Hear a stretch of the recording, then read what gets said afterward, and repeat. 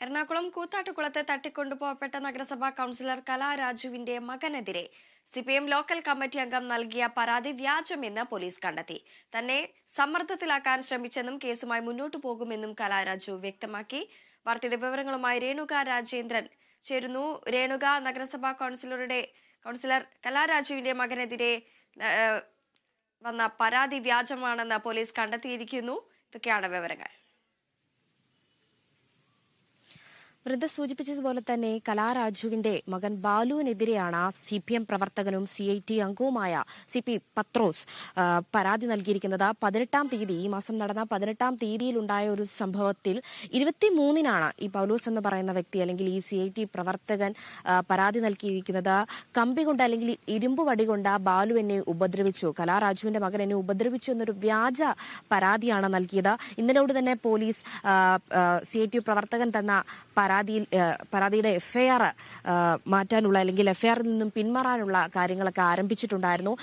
കലാരാജു മകൻ ബാലുവും എടുത്തു പറയുന്ന ഒരു കാര്യം നോക്കുകയാണെങ്കിൽ തന്റെ കുടുംബത്തെ പിന്തുടർന്ന് ആക്രമിക്കുകയാണ് ഈ CPM നേതാക്കൾ എന്നാണ് പറയുന്നത്. 18-ാം തീയതി ഉണ്ടായ ഒരു വിഷയത്തിൽ, തട്ടിക്കൊണ്ടുപോകലുണ്ടായ ഒരു വിഷയത്തിൽ ഒരു സ്ത്രീയെ അല്ലെങ്കിൽ ഒരു വിധവയായ ഒരു സ്ത്രീയെ, 56 വയസ്സുകാരിയായ ഒരു സ്ത്രീയെ, 25 വർഷത്തോളം CPM പാർട്ടിയുമായിട്ട് ഒരു ബന്ധമുള്ള ഒരു സ്ത്രീയെ ഈ കൂത്താട്ടുകുളം നഗരസഭയുടെ കൗൺസിലർ കൂടിയായ കലാരാജുവിനെ വളരെ മോശമായ രീതിയിൽ സ്ത്രീകളും പുരുഷന്മാരും ആക്രമിക്കുകയും ഈ ഒരു പൈസ തട്ടിയെടുത്തതിന്റെ ഭാഗമായും വായ്പയുടെ ഒരു കാര്യത്തിലായും CPM പ്രവർത്തകർ നടത്തിയ ഒരു കള്ളക്കാര്യമാണ് ഇപ്പോൾ വെളിയിൽ വന്നിരിക്കുന്നത്. ഇതിനെതിരെ ശക്തമായ ഒരു പ്രതിഷേധം തന്നെയാണ് കലാരാജുവിന്റെ ഭാഗത്തു നിന്നും ഉണ്ടാകുന്നത്.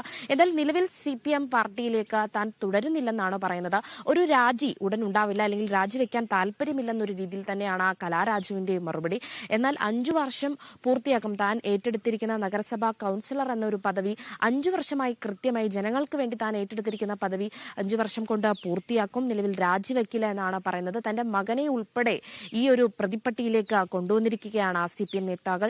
എന്തുകൊണ്ടാണ് ഇങ്ങനൊരു CPM 25 വർഷമായി CPM പാർട്ടിയിൽ തന്നെ അംഗമായിട്ടുള്ള കലാരാജുവിനെ എന്തുകൊണ്ടാണ് ഇപ്പോഴും നിലവിൽ ഇങ്ങനെ തന്നെ പിന്തുടരുന്നത് എന്നുള്ള ഒരു കാര്യത്തിൽ വ്യക്തത വന്നിട്ടില്ല.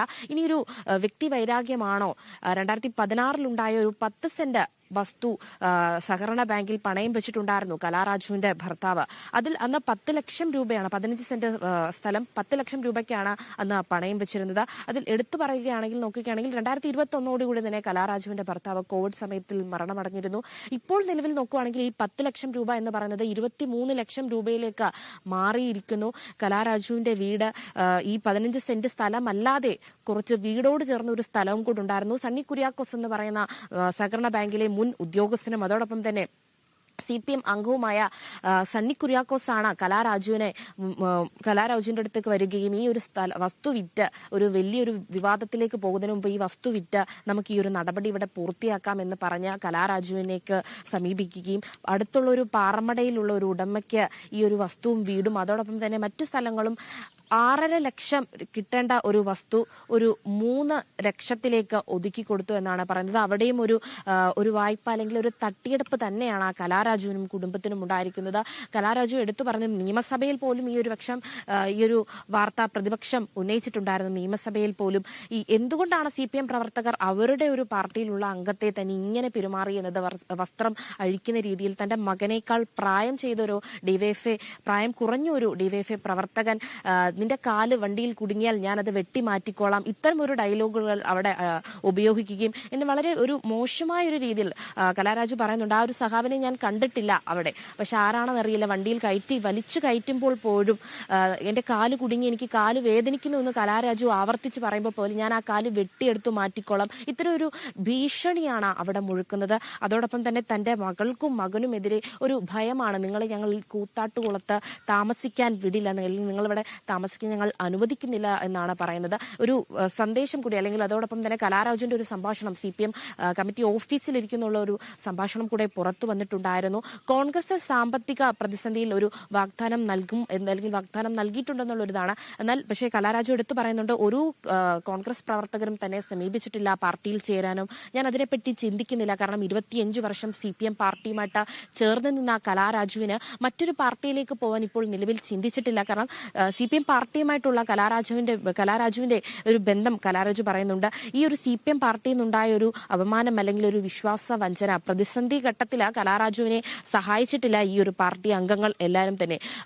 ജില്ലാ സെക്രട്ടറി അംഗങ്ങൾ ഉൾപ്പെടെ ആരും തന്നെ കലാരാജുവിനെ സഹായിച്ചിട്ടില്ല. ഈ ഒരു സംഭവത്തിൽ മറ്റൊരു പാർട്ടിയിലേക്ക് പോകാൻ താൻ നിലവിൽ തയ്യാറല്ല. പക്ഷേ പ്രതിസന്ധി ഘട്ടത്തിലും തന്നെ സഹായിക്കാം എന്നുള്ളൊരു ആരോപണം, അല്ലെങ്കിൽ ക്ഷമിക്കണം, തന്നെ സഹായിക്കാം എന്നുള്ളൊരു വാഗ്ദാനം നോക്കുകയാണെങ്കിൽ തന്നെ കോൺഗ്രസിന്റെ ഭാഗത്ത് നിന്നുണ്ടായിട്ടുണ്ടെന്നാണ് ആ സന്ദേശത്തിൽ നിന്ന് മനസ്സിലാക്കുന്നത്. ആ ഒരു വീഡിയോ ചിത്രീകരിച്ചപ്പോൾ പോലും CPM പ്രവർത്തകർ, വനിതാ സംഘങ്ങളടക്കമുള്ള CPM പ്രവർത്തകർ നോക്കുകയാണെങ്കിൽ ഒരു ഭീഷണി മുഴക്കിക്കൊണ്ടാണ്, ചേച്ചി 25 വർഷം നമ്മുടെ കൂടെ ഉള്ളതല്ലേ, നമ്മൾ സഹോദരങ്ങളെ പോലെ കഴിഞ്ഞതല്ലേ ഈ പാർട്ടി ഓഫീസിൽ, എന്നിട്ടൊരു ഒറ്റ നിമിഷം കൊണ്ട് എങ്ങനെ പോകുന്നേ ചേച്ചി, ആ ഒരു രീതിയിലുള്ള ഒരു സന്ദേശങ്ങളൊക്കെ തന്നെയാണ് പുറത്തു വന്നിരിക്കുന്നത്.